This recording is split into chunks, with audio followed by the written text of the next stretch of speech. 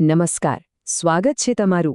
આજે આપણે ગુજરાતી સાહિત્યની એક એવી કૃતિની વાત કરવાના છીએ જેણે ખરેખર ઇતિહાસ સર્જ્યો છે.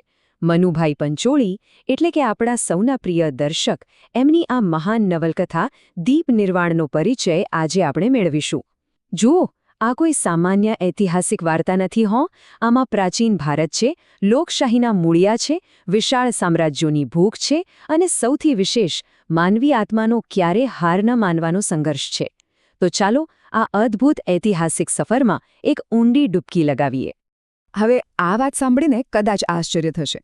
વિન્સ્ટન ચર્ચિલનું આ પ્રખ્યાત વાક્ય, બીજું વિશ્વયુદ્ધ ચાલી રહ્યું હતું, ફાંસીવાદનો ખતરો હતો અને ચર્ચિલે કહ્યું હતું કે આપણે ક્યારેય શરણાગતિ નહીં સ્વીકારીએ. પણ આ વાક્યનું આપણી ગુજરાતી નવલકથા સાથે શું સંબંધ? ખરેખર તો આ જ વાક્યમાંથી દીપ નિર્વાણનું બીજ રોપાયું હતું. જ્યારે દર્શકદાદા ભારતની આઝાદીની ચળવળ વખતે જેલમાં હતા, ત્યારે ઇંગ્લેન્ડની આ ખુમારીથી તેઓ જબરદસ્ત પ્રભાવિત થયા. એમના મનમાં એક ઝબકારો થયો.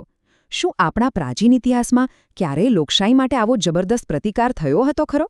બસ ત્યાંથી જ આ માસ્ટરપીસનો જન્મ થયો. તો આજના આ વિશ્લેષણમાં આપણે આટલી વાતો કવર કરીશું. સૌથી પહેલાં એ પ્રેરણાના તણખાને સમજીશું. પછી ભારતની એ મહાન પ્રાચીન લોકશાહીઓ વિશે જાણીશું. ત્યારબાદ કથામાં આવતા પ્રેમ, ફરજ અને ગહન તત્વજ્ઞાન પર નજર કરીશું. પછી વાત આવશે સામ્રાજ્યોના ભયંકર ટકરાવની. અને છેલ્લે આ નવલકથા આપણને શું શાશ્વત સંદેશ આપે છે એ તારવીશું.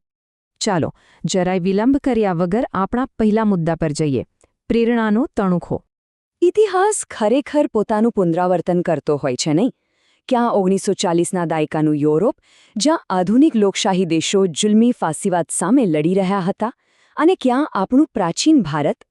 દર્શકે જ્યારે ઇતિહાસના પાના ઉથલાવ્યા ત્યારે એમને સમજાયું કે ગ્રીસના સ્પાર્ટા અને એથેન્સ જેવી જ અદ્ભુત અને મજબૂત પ્રજાસત્તાક વ્યવસ્થાઓ આપણા દેશમાં પણ હતી.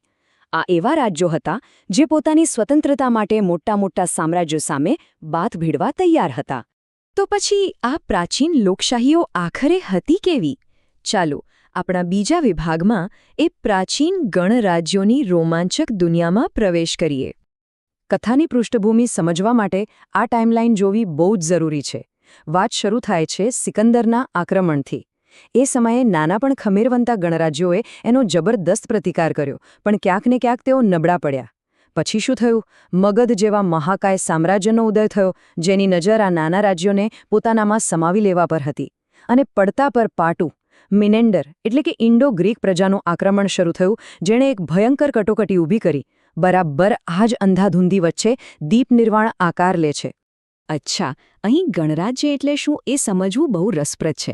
ગણરાજ્ય એટલે કોઈ એક રાજાનું રાજ નહીં, પણ લોકોનું પોતાનું શાસન. એ જમાનામાં 1933માં કેપી જયસ્વાલનું એક પુસ્તક આવેલું, હિન્દુ પોલિટી. દર્શકે એનો એટલો ઊંડો અભ્યાસ કર્યો કે નવલકથામાં સંથાગાર એટલે કે એમની સંસદમાં કેવી રીતે મતદાન થતું એનું આબેહૂબ વર્ણન કર્યું છે. આ કોઈ લેખકની કલ્પનાની ઉડાન નથી, આ આપણા ભારતનો નક્કર ઇતિહાસ છે. અને આ લડાઈ માત્ર તલવારોની નહોતી. આ એક જબરદસ્ત વૈચારિક ટકરાવ હતો. એક તરફ હતી સરસ્વતી એટલે કે જ્ઞાન, સંસ્કૃતિ અને સ્વતંત્રતા, જેનું પાલન આ ગણરાજ્યો કરતા હતા. અને એની બરાબર સામે હતી શક્તિ, કઠોર લશ્કરી તાકાત, જડસત્તા અને સામ્રાજ્યવાદનો અહંકાર. વાસ્તવમાં આખી નવલકથા આ બે વિચારધારાઓ વચ્ચેનું મહાયુદ્ધ છે. હવે રાજકારણની રમતમાંથી થોડા બહાર આવીએ અને કથાના કેન્દ્રમાં જઈ હૃદયસ્પર્શી માનવીય સંબંધો છે એની વાત કરીએ. આપણો ત્રીજો વિભાગ. કથામાં મુખ્ય 3 પાત્રો છે જે તમને જકડી રાખશે. પહેલો છે આનંદ, એક અફલાતોન યોદ્ધા, પણ એ આશ્રમમાં ઘા રૂઝાવાની વિદ્યા એટલે કે ચિકિત્સા શીખવા આવ્યો છે. બીજી છે સુચરિતા, એકદમ નિષ્ઠાવાન અને કળાને સમર્પિત શિલ્પી. અને ત્રીજો છે સુદત્ત, એક ધનવાન નગરશેઠનો દીકરો, જેના મનમાં આનંદ માટે ભયંકર ઈર્ષા ભરેલી છે. આ ત્રણેય વચ્ચેનો જે પ્રણય ત્રિકોણ છે ને, એ ઐતિહાસિક વાતાવરણમાં એક અદ્ભુત લાગણીશીલ રંગ ઉમેરે છે. નવલકથામાં આશ્રમનો એક પ્રસંગ આવે છે જે સાચે જ રૂંવાડા ઉઢા કરી દે એવો છે. મહાકશ્યપ મુનિની હાજરીમાં સુચરિતા આનંદની બુદ્ધિની કસોટી લે છે. એકદમ ઉપરા છાપરી તીરની જેમ પ્રશ્નો પૂછે છે. અને એમાંનો એક બહુ જ ઊંડો પ્રશ્ન છે, પાપ ક્યાં રહે છે? આ આખો સંવાદ જાણે સોક્રેટીસની શૈલીમાં લખાયો હોય એવો અદ્ભુત છે. અને ખબર છે આનંદ શું જવાબ આપે છે? એ એકદમ શાંતિથી કહે છે, પાપ અંતરમાં રહે છે. શું ગહન વાત છે! આ દર્શાવે છે કે દીપનિર્વાણ ફક્ત બહાર રમાતા યુદ્ધોની જ વાત નથી કરતી. પાત્રોના મનમાં જે યુદ્ધ ચાલે છે, એમનો જે આંતરિક વિકાસ થાય છે, એ તત્વજ્ઞાનને પણ એટલી જ સુંદર રીતે વણી લેવામાં આવ્યું છે. પ્રેમ વિશેનો દર્શકનો જે ખ્યાલ છે, જેને મહાકશ્યપ લોકોત્તર પ્રેમ કહે છે, એ ખરેખર સમજવા જેવો છે.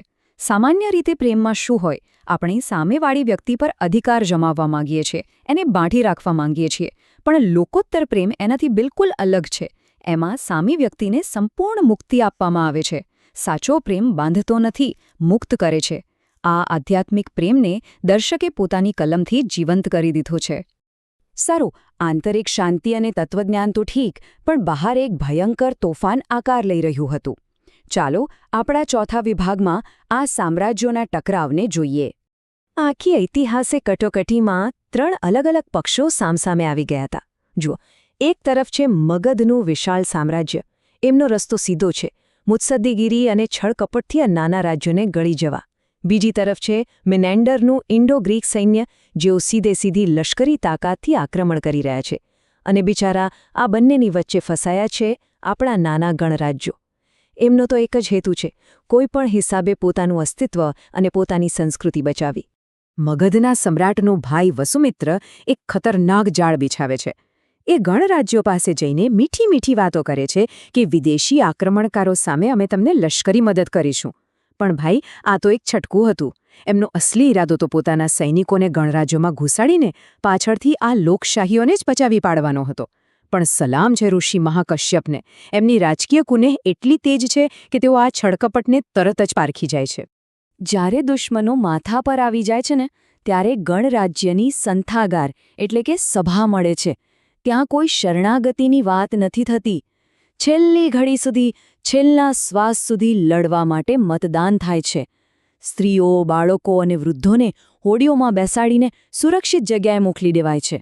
અને હા, સૌથી કમાલની વાત એ છે કે લોકો માત્ર જીવ નથી બચાવતા, પણ પોતાની સાંસ્કૃતિક ઓળખ સમાન પવિત્ર મૂર્તિઓને પણ હોડીઓમાં સાચવીને મોકલે છે. એમને ખબર હતી કે માણસો જશે તો ચાલશે, પણ સંસ્કૃતિ જીવંત રહેવી જોઈએ.